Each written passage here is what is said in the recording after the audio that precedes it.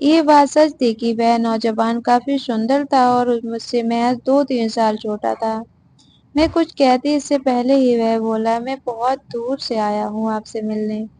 میری بہت اچھا تھی نینا آپ سے ملنے کی، اور دیکھیے آج میری اچھا پوری ہو گئی۔ میں 2 بار اور بھی آیا ہوں، مگر آپ بہت بزی تھی اسی لیے آپ سے مل نہیں سکا، مگر آج میں آپ سے ملے بنا نہیں جاؤں گا۔ میں مسکرائی، یہ بات سچ تھی کہ میری خوبصورتی کی چرچائیں دور دور تک تھیں۔ میں نے اس کا ہاتھ پکڑ لیا اور اسے اپنے ساتھ کمرے کی اور لے گئی۔ میں نے اس کے ساتھ ریٹ کی مانگ نہیں کی تھی، کیونکہ وہ کہہ رہا تھا کہ وہ پہلے بھی آ چکا ہے، اسی لیے میں آج اس کے ساتھ چھوٹ دینا چاہتی تھی۔ میں کمرے میں داخل ہوئی اور بستر پر بیٹھنے کی کہا، اس کے لیے ایک گلاس جام بنایا اور اسے پکڑاتے ہوئے بولی، اب بولو کیوں ملنا ہے چاہتے ہو مجھ سے؟ میں تم سے کافی بڑی ہوں۔ میری بات سن کر وہ فوراً بولا، بس 3 سال۔ میں سب حساب کتاب کر کے آیا ہوں، آپ کو دیکھنے کی دل میں بہت چاہت تھی، اور مجھے یقین نہیں ہو رہا ہے کہ آج میں آپ کے ساتھ بیٹھ کر باتیں کر رہا ہوں۔ کیا میں آپ کا ہاتھ پکڑ سکتا ہوں؟ میں اس کے پاس ہی بیٹھی ہوئی تھی، میں نے سر کو ہلکا سا جھکاتے ہوئے بولی، ہاں۔ اس نے فوراً میرا ہاتھ پکڑ لیا اور بنا سوچے سمجھے میرے ہاتھوں پر اپنے ہونٹوں کو رکھ دیا۔ میرا پورا جسم ایک پل کے لیے شہر اٹھا۔ اس سے پہلے بھی میں نے کئی مردوں کے ساتھ رات بتائی تھی، لیکن آج تک اس کا چومنا نہ جانے کیوں مجھے عجیب سی حالت میں ڈال گیا۔ وہ میری اور دیکھتے ہوئے بولا، آپ کو جتنے پیسے چاہیے میں دینے کو تیار ہوں۔ کیا میں آپ کے قریب آ سکتا ہوں؟ پہلی بار کوئی مرد مجھے چھونے کی اجازت مانگ رہا تھا۔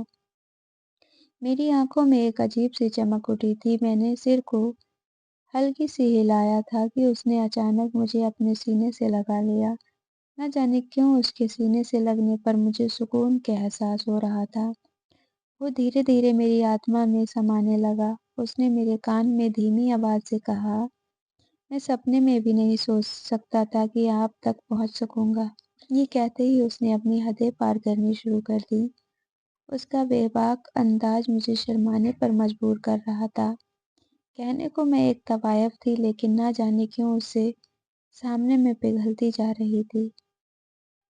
وہ رات دھیرے دھیرے گزر گئی اور اس نے مجھ سے اپنے سارے حق حاصل کر لیے۔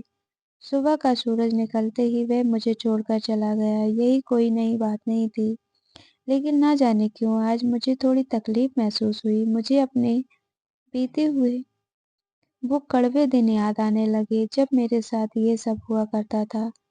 زندگی کی 8 سال اس کوٹھے پر بڑے سکون سے گزری گئے تھے۔ مینا بائی نے کبھی کسی مرد کو میری اور آنکھ اٹھانے تک کی اجازت نہ دی تھی۔ میں واقعی مینا بائی کی بہت لاڈلی تھی۔ انہوں نے ہمیشہ سے مجھے اپنی چھایا میں چھپا کر رکھا تھا، مگر جب میں 16 سال کی ہوئی تو انہوں نے مجھے بلا کر صاف صاف کہہ دیا، دیکھو نینا، تیرے 8 سال سکون سے گزر گئے، میں نے آہت تک نہیں کی، تو نے میرے کوٹھے کا نمک کھایا ہے، اب تو میرے ساتھ غداری نہیں کرے گی۔ اب تجھے دھندے پر بیٹھنا پڑے گا اور آنے والے مردوں کو خوش کرنا پڑے گا۔ اگر تو نے ایسا نہیں کیا تو پھر مینا بائی ایک ماں کے روپ میں نہیں بلکہ کوٹھے کی مالکن کا وجود سحر اٹھاتا۔ میں نے کوٹھے پر وہ 8 سال بہت خوشی سے گزارے تھے۔ مینا بائی مجھے بہت پیار کرتی تھی۔ کوٹھے پر موجود ہر لڑکی میرے لیے ایک نرم جذبات رکھتی تھی، کیونکہ مجھے بیچنے والا کوئی اور نہیں بلکہ میرا باپ تھا۔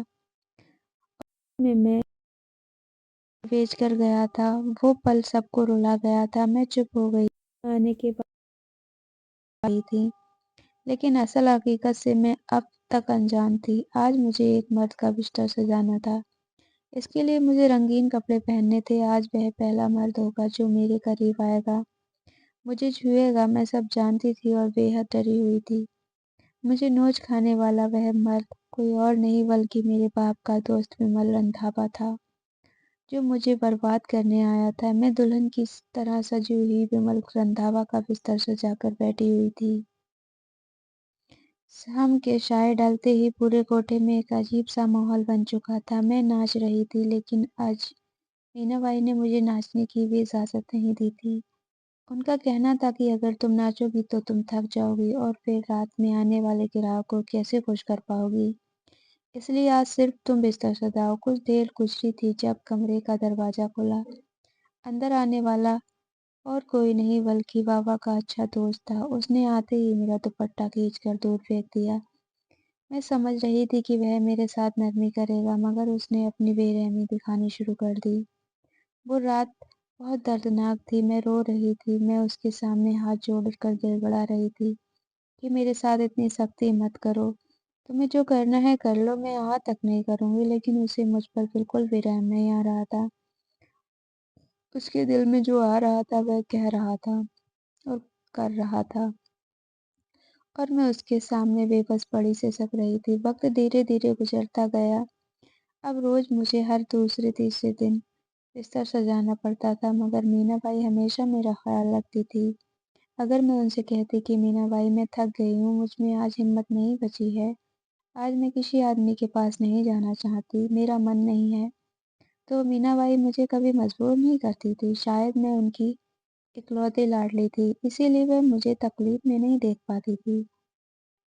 پہلی رات بمل رندھاوا کے ساتھ گزارنے کے بعد میری طبیعت بہت بگڑ گئی تھی۔ مینا بائی نے مجھے پورے ایک ہفتے کا آرام دیا، حالانکہ یہ ان کا نقصان تھا۔ بمل رندھاوا پھر سے آیا تھا، لیکن مینا بائی نے صاف منع کر دیا تھا۔ انہوں نے کہا، میں تجھے اپنی لڑکی نہیں دوں گی، تو میری لڑکی کو برباد کر رہا ہے۔ بمل رندھاوا نے بہت ہنگامہ کیا، لیکن مینا بائی نے سختی سے منع کر دیا۔